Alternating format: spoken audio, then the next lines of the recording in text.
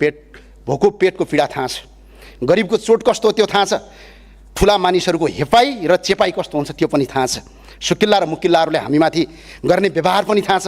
हामी गरिब हुन सक्छौँ तर बेइमान हुन सक्दैनौँ। सम्माननीय सभामुख महोदय, सम्माननीय सभामुख महोदय, हामी गरिब हुन सक्छौँ तर बेइमान हुन सक्दैनौँ, बरु भोकै बस्न सक्छौँ तर इमान बेच्दैनौँ, सत्यको पक्षमा उभिन डराउँदैनौँ। आज पनि हामी कुनै व्यक्ति विशेषका विरुद्ध होइन, हामी सत्यको पक्षमा छौँ, राज्यको राजस्व जोगाउनुपर्छ भन्ने पक्षमा छौँ, जनताको सम्पत्तिको रक्षा गर्नुपर्छ भन्ने पक्षमा छौँ। त्यसैले फेरि एकपटक यो संसद मार्फत आग्रह गर्न चाहन्छु, निष्पक्ष संसदीय छानबिन समिति गठन गरियोस्, सत्य बाहिर ल्याइयोस्, जोशी दोषुकै भए पनि कानुनी दायरामा ल्याइयोस्। म सरकारलाई यो माग गर्न चाहन्छु।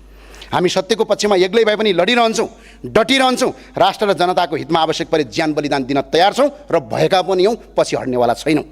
त्यो भएर सम्माननीय सभामुख कसैलाई लाग्न सक्छ पढे लेखेका मानिसहरूले अपराध गर्दैनन्, तर इतिहासले त्यस्तो देखाएको छैन। सम्माननीय सभामुख महोदय, अर्थशास्त्रमा उच्च शिक्षा हासिल गरेका, विश्वका प्रतिष्ठित विश्वविद्यालयबाट विद्यावारिधि गरेका डाक्टर रामशरण महत, डाक्टर प्रकाश चन्द्र महत, डाक्टर युवराज खतिवडा यो देशको अर्थमन्त्री भएकै समयमा देशका ठुल्ठुला भ्रष्टाचार र अनियमितताका घटनाहरू सार्वजनिक भएका छन्। त्यसैले केवल शैक्षिक योग्यता नै इमानदारिता र सुशासनको ग्यारेन्टी होइन।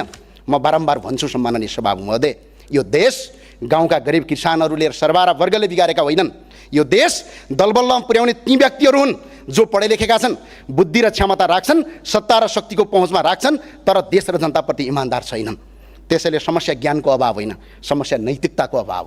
त्यो भएर सम्माननीय सभामुख महोदय, हामी जनताका जनप्रतिनिधि हौँ, कसैको दया र निगाहमा यहाँ आएका होइनौँ। हाम्रो कर्तव्य सत्य कुरा बोल्ने हो। कसैले कसैलाई कति समर्थन गर्छ, कसको पक्षमा कति सांसद छन्, कसको सरकार छ, कसको जनमत छ, कसले कति साइबर बुलिङ गर्न सक्छ, त्यो विषयवस्तु हामीलाई कुनै महत्त्व छैन। तर स्पष्टका धारणाका साथ हामी सत्य एक्लै भए पनि खडा हुन्छौँ। असत्यको फैसला भेटले होइन, प्रमाणले गर्छ सत्यको फैसला। सम्माननीय सभामुख महोदय।